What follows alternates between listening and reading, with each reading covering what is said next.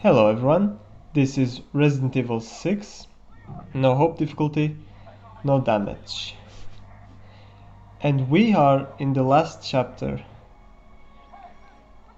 Uh, I'm really, I'm really proud to say, even I shouldn't be saying that I'm really proud. It sounds very, I don't know.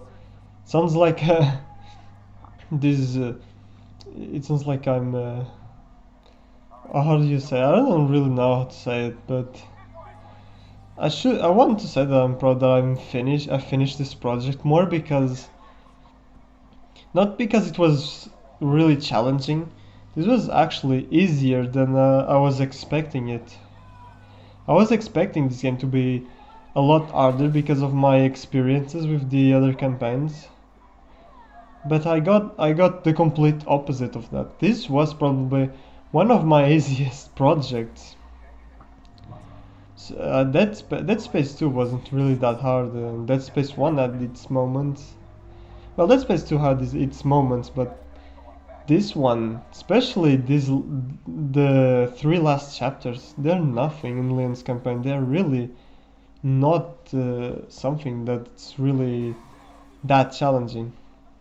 But I'm really proud to finish this because this is my last recording. Obviously, it's the last chapter for this project, and it's my first one too. There was people. Sorry about that. There was people passing through my house, in front of my house. Um, as I was saying, this is my last recording for this for this game, and I'm really happy that I did it. That I did everything. Didn't like wait in the middle and got the courage to start recording every time I did this, and it's hard to me because I'm not used to this, so I get a little bit nervous sometimes. And starting record is like, oh my god, I'm nervous. Okay, I'm gonna start this. Okay, okay. I take like 10 minutes. I probably take more time than the video itself to start a recording. It's really impressive. Hmm. Yeah, and I just need to chill a little bit, get less nervous because this is not really. It's not. It seems something really scary to talk for more than 30 minutes in case in this game's case, but it's not really that. It's not really that that scary after you do it. I know at the beginning I sound a little bit nervous or a little bit. I guess you could say like weird, but I think at least from my perspective that I get a little bit more comfortable at the end, and it's and I think this is good for me because it gets me outside of my comfort zone, and I will get a little bit better in my English, and my as you can see my English is probably not very good, and at the end you will still need subtitles to understand what I'm doing, what I'm saying. So I'm glad that this project is not that hard, because if this project was actually hard and you really needed guidance, I was probably really bad at it because because my English is not very good, and me telling directions and telling people what to do in English is like, oh, I will do my best though. I will do my best. And with my with my best, I mean, I'll do pretty bad. But hopefully it will be good. Yeah. But talking about this chapter, everything that I did now wasn't really that hard. It was it was just I skipped most of the enemies too. I think they infinitely respawn if I'm not mistaken. So there's no point in wasting ammo, and You will need ammo here. You really need ammo, especially in the final boss. If you don't have ammo for the final boss like I did, so I had to restart a save. You'll have a really hard time. You really need that ammo, and if you restart that save, you will be okay. Because I had zero ammo, literally zero on everything, except for incendiary grenades. But incendiary grenades don't do anything besides using them for the quick time event, which it's optional, so it doesn't really matter. Yeah, this is probably the most challenging part, and it's not really that hard. I'm going to say that a lot in this game. It's not really that hard because it's not really that hard. So you do the slide, try to stun the enemies. Sometimes you'll get it. This is more RNG than anything, because sometimes one will start to hit you, sometimes doesn't. So it's kind of RNG. Just slide to the enemies and do a really cool melee to see if you can crowd control and get past them. And this is the sequence from the prologue. And I really like the game is going to be action packed. On like here forwards or whatever you say that. On here forwards or something. I don't know what to say. Like I said, my English is really bad. I'm sorry about that.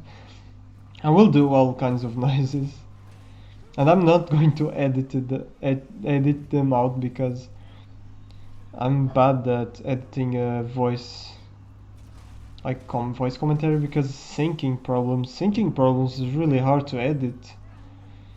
So if there's like a really bad one, like a big mistake or something, like an interruption, or in chapter 2 I remember there was a truck passing by and it made a lot of noise and I didn't really want that, so I muted my audio for a little bit. It's kind of obvious because I'm not really good at this. Hopefully I will get better, but I don't really want to mess with the sound editing that much. I'm not really a pro.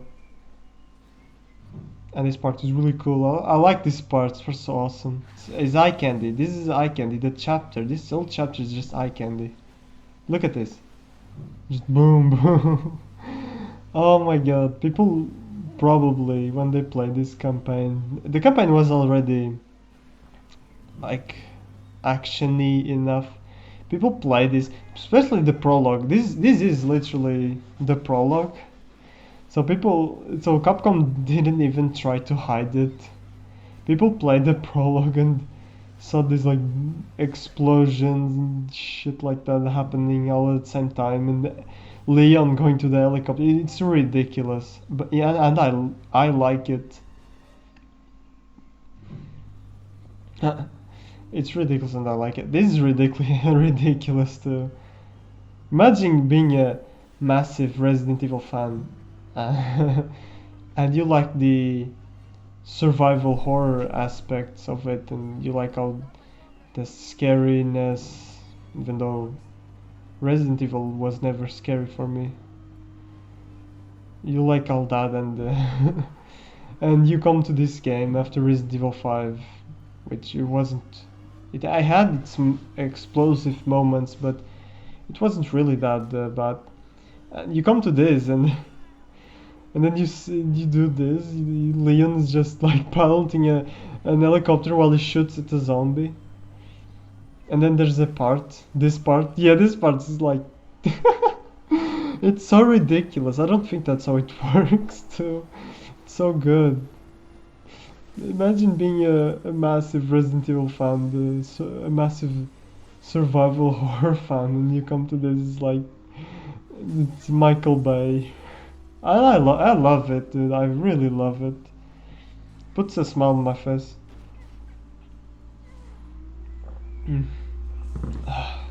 Man, it's so good.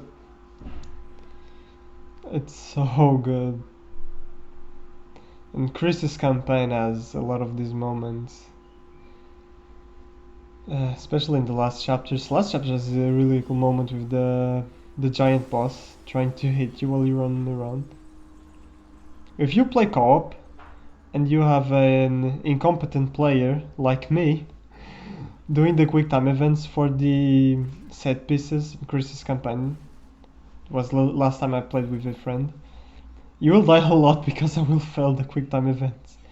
It was my friend probably was playing with a controller, so it was easier for him than doing quick time events on keyboard. This is I think this is the boss arena, and if this doesn't look like a boss arena, then damn, because look at this, there's cars, there's military cars, there's like fucking one of those gasoline thing cars. How the hell did they put all of these cars here?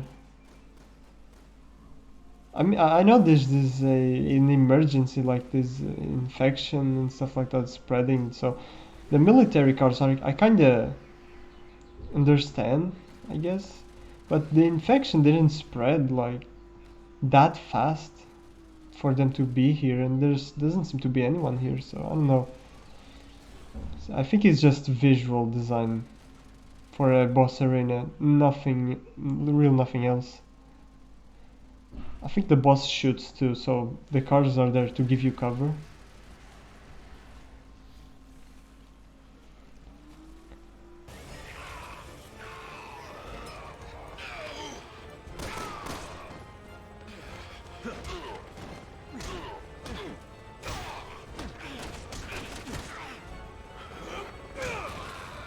You have to shoot him a lot. I'm going to waste all my ammo here.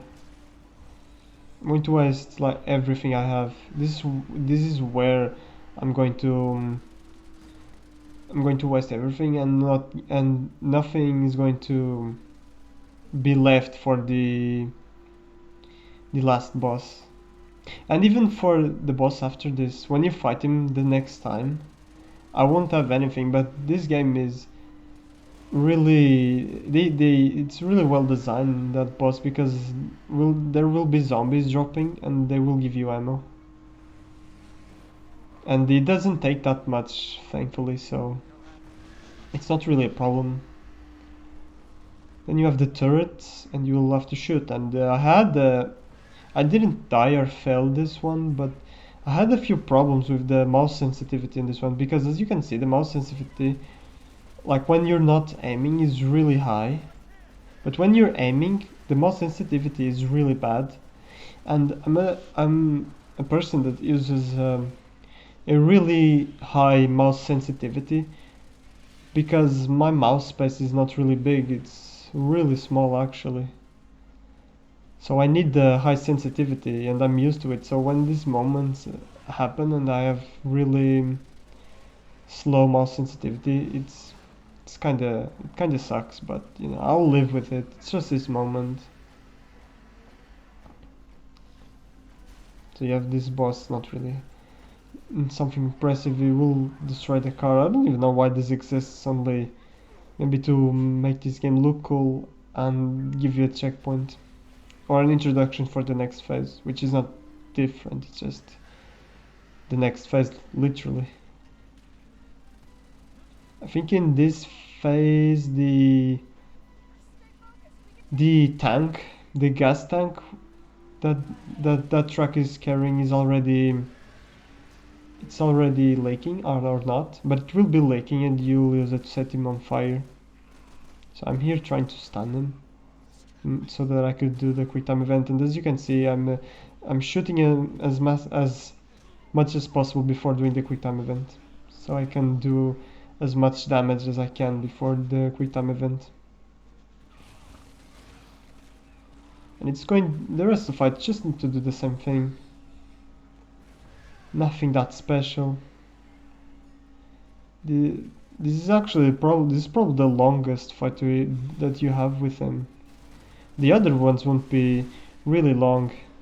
The only reason that the next one will take as long For me, it's because I didn't have ammo, so I had to run around dodging him until I got ammo.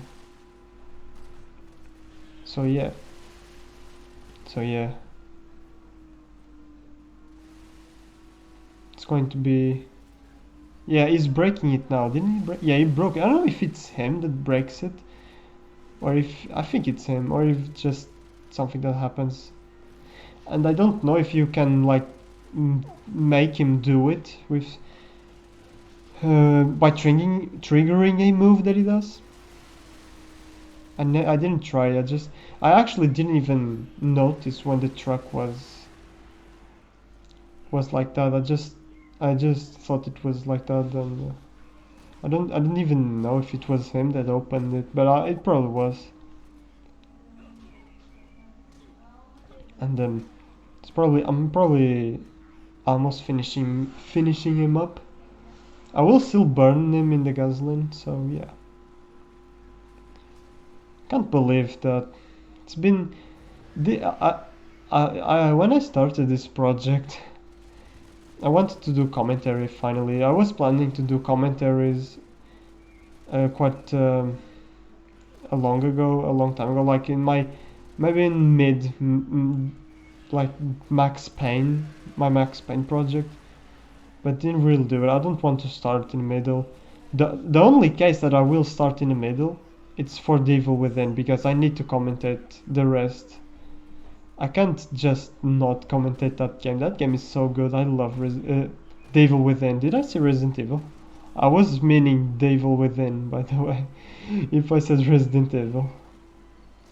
Because The Evil Within is just one of my favorite games of all time. It's such a good game, and I started a no commentary run, and by the end, by like chapter 5, I stopped because I had other things to do, and I kinda didn't really want to go back, because chapter 6 is kinda boring to restart the chapter, because chapter 6 always starts with Sebastian in the,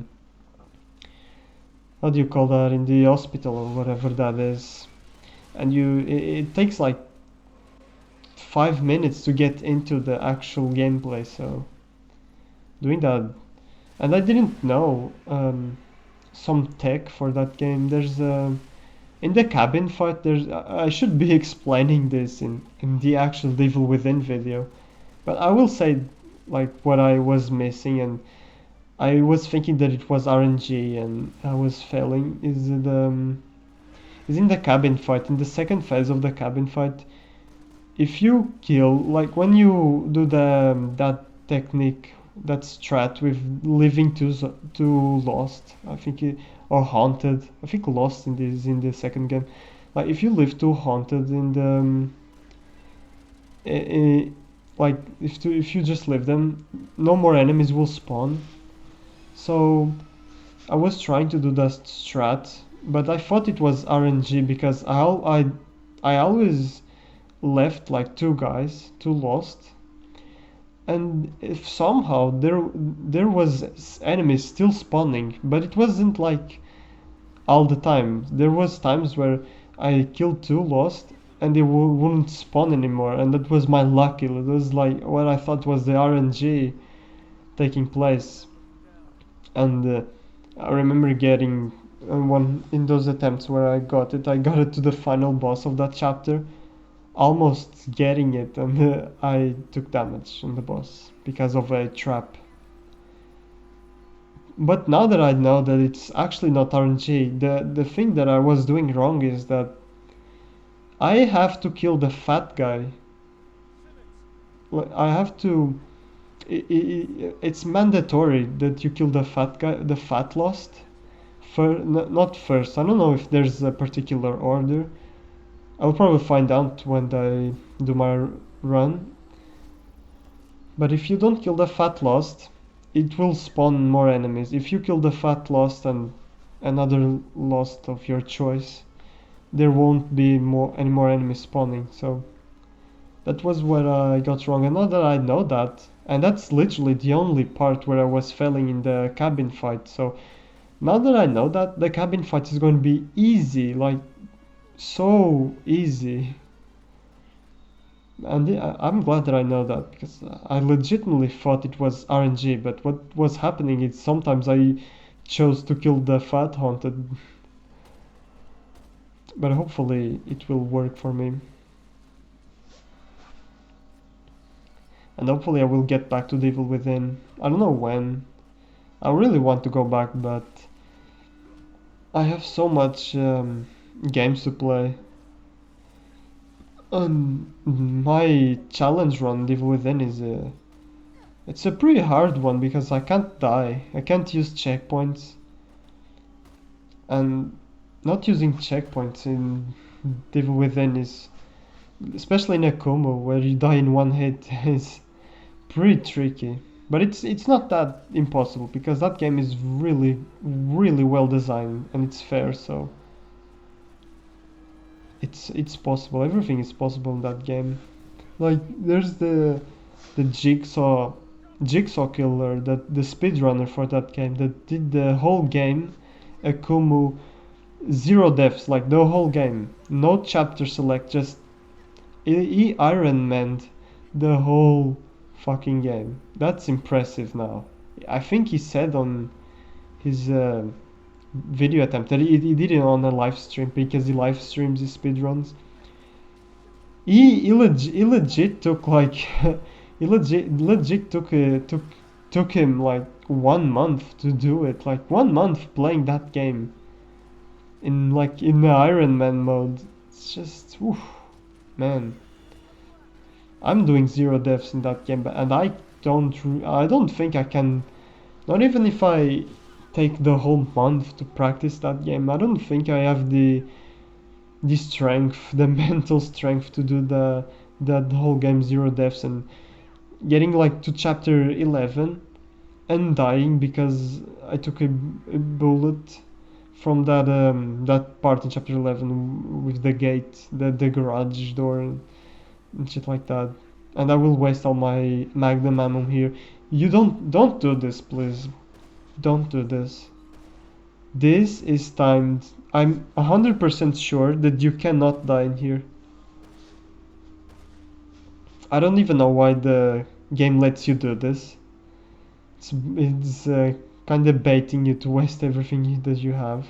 Because you will transform anyway, it will shoot you anyway, and Leon will do this anyway. So, yeah, don't use your ammo. If I didn't waste my ammo there, I could have probably sped up this boss like 10 times. So now my punishment by not knowing what to do or not knowing when not to shoot, it's not having ammo and making this boss a little bit longer. So it's punishing a bad player like me, and I don't mind. It's fair. The only thing that I mind is that it sucks. Well, it sucks. But what can you do? I shouldn't have done that. Should have known better. And for this boss, I think this is the first time that he uses his gun weapon thing on you. That is not like in a cutscene or in a quick time event or in a set piece. So it's really easy. You just need to dodge him. Don't be too close to him though, because if you're too close to him, he has this swiping attack with his like tentacle or whatever, that tentacle that is basically his weapon.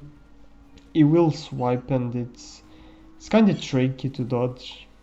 It's not hard or impossible to dodge. You can dodge it effortlessly, but I just didn't want to make it like longer or more frustrating, because I really like these boss fights in this game, and making them frustrating just because you can finish it later or just because you got punished and you don't have anything other than a knife. But as you can see, he has that thrust move with the tentacle. It will do that thrust move. It has quite a reasonable range, so be careful. Well, let me just. Sorry for the noise, but I I need to adjust. Sorry, me trying to melee him. I'm glad that when you're standing too close to him, there's no like passive damage. If this was like any other video game, that probably was passive damage. Look at Devil May Cry 4, the Chimera. What is it called? Chimera Assault, or any enemy with the what are those things called? When those like I think I don't know what the name is, but those Chimera things when they like possess an enemy and they have that passive attack, and if you're like near them, you will just passively get damage, even though you get knocked off, which is annoying. I hate that. Anyway, for no damage in that game, you have to. You didn't doesn't make a difference if you get knocked off or not. So. But when I was doing only S rank runs for the achievements in that game, I thought those things knocking you down was really annoying because it ruins the flow of your combo.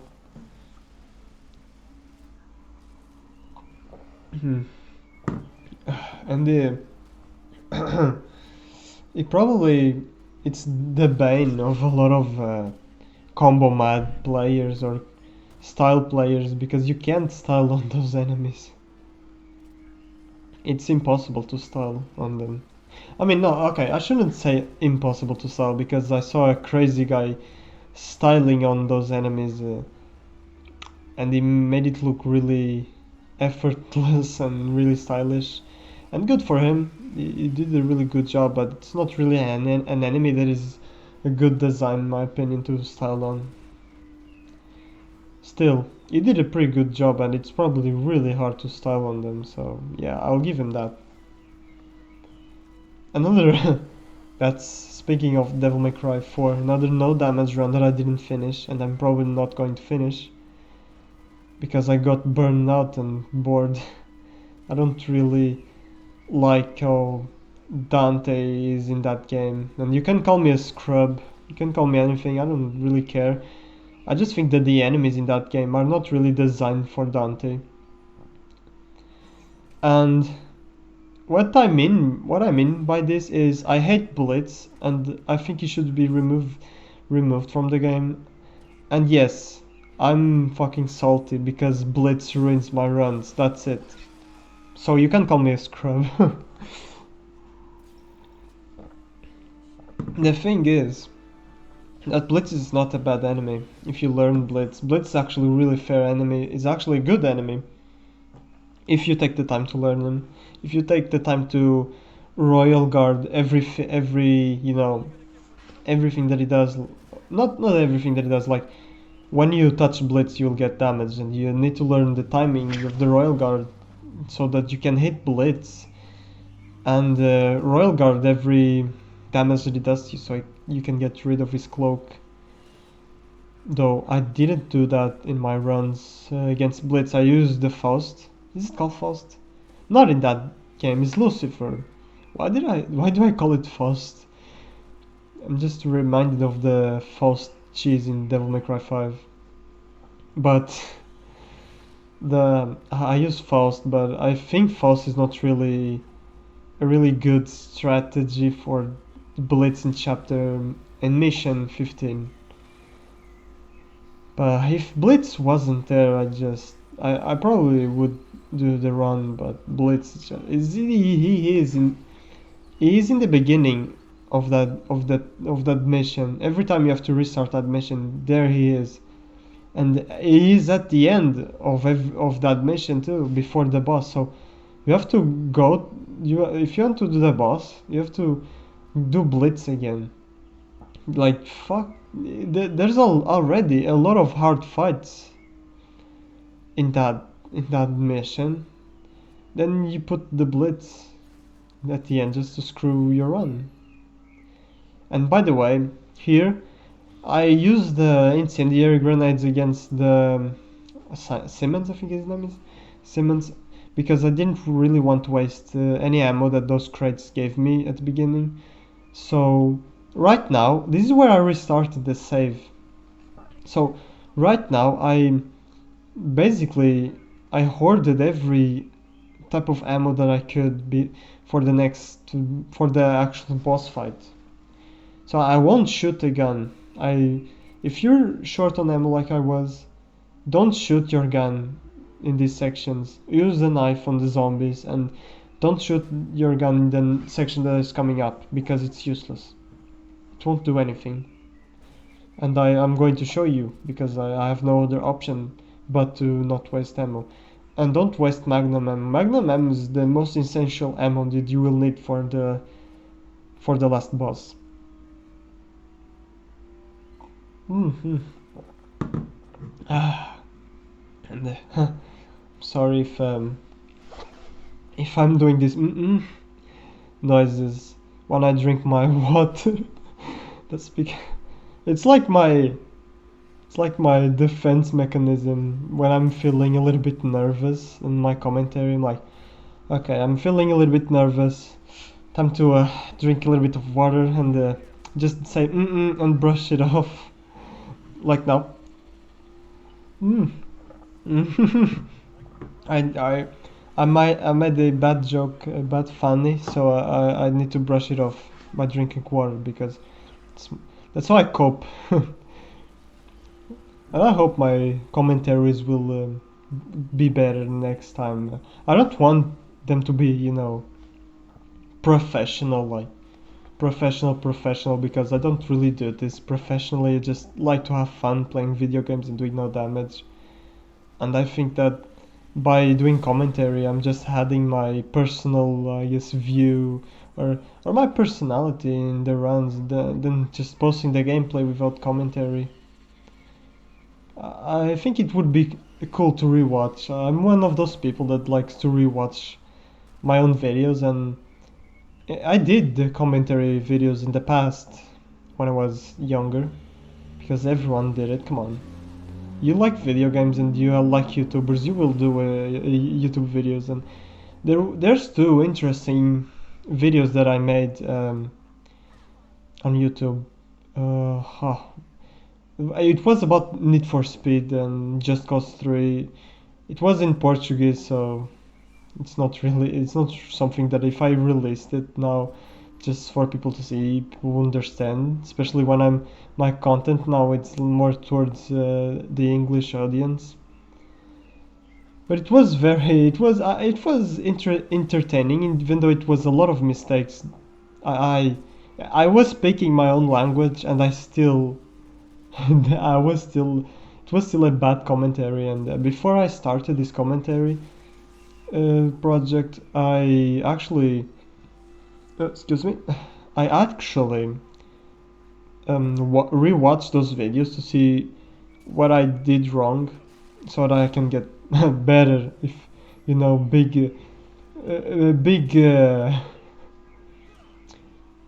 big quotes on that better, because I'm not better. It's already an achievement that I'm doing this all in English when my English speaking skills are not that great. And if you came this far in this part, I'm just farming ammo. I did farm a little bit, but they don't give ammo consistently, so I did try to farm as much as I could. Again, nothing that hard, just I'm going to use the knife like I always do and just style on them, if you can call what I did style. Nothing that I do is stylish, come on. Not even my Max Payne videos, and I like my Max Payne videos. That's probably my favorite project. That's why I did it twice. And my old school run was actually easier than my hardcore run. I don't know if it's because I'm better, or because I learn a lot of stuff by playing hardcore. But I think old school is easier than hardcore. I remember having a much harder time on hardcore, but this boss, you need to shoot the weak spots, and you need to shoot 2 of the weak spots before he recovers, so that he will trigger the next phase. And the next phase is basically you picking up the lightning rod, sticking into zombies, and then you do the same thing. It will pick the lightning rod again, and it will light him up. You do that until he gets in the near death status, or whatever it's called. If you do this fast enough, like I'm not doing, you can actually make him grab this again like a second time, and he will do that right now. It will grab the lightning rod. It will give you like a free phase, or you can make this a little bit quicker, because I've seen other people doing this, and then the boss never grabs the lightning rod in the same I guess in the same phase when he's recovering. And look again, I didn't do anything. I think I'm just getting lucky. And that was just only weak spot weakened. So, is this the near death? Yeah, this is the near death status, or I don't know, whatever you call that. This was really lucky. This, not even if you are fast enough, like impaling zombies with the lightning rod. Not even like that I was lucky. This was very lucky. This was like, it was 3 times in a row. Damn, that was really lucky, I have to say. He picked that lightning rod, because he doesn't pick the lightning rod consistently if you only weaken 1 weak spot. If you blow 2 weak spots, you will 100% pick up the lightning rod, because it's part of his scripting. But what is not part of his scripting is picking up the lightning rod consistently when you only weaken or blow 1 weak spot. And this is the end. This is the end of the game, basically. That was really lucky. I didn't remember being this lucky. I didn't even waste a lot of bullets. It was just one. I didn't do anything. It was just one clean phase of just blowing his weak spots. I guess Elena blew his weak spots, which is pretty good, I have to admit. Well, this is the end. It was a really good run, even though it wasn't really that hard. And I'm definitely going to try Chris's Redfield campaign and attempt that. If you don't see that on my YouTube, it's probably because I didn't succeed, or I thought it wasn't really worth to no damage the whole game, or I got bored like 30% of my projects on YouTube, minus Devil Within, because I love that game and I won't just quit on him. So yeah, I'm really happy that I did the commentary, and I'm going it cut here. I didn't show rank because the file got corrupted, because there was the credits and then there was the rank, and I remember ending the video on the credits. I made the video on the rank, but it got corrupted. I got I think it was a C rank. I died 12 times, maybe? No, 6 times on the like instant death times. But yeah, that's it. That's it for the commentary. I hope you liked this run, and I'll see you next project.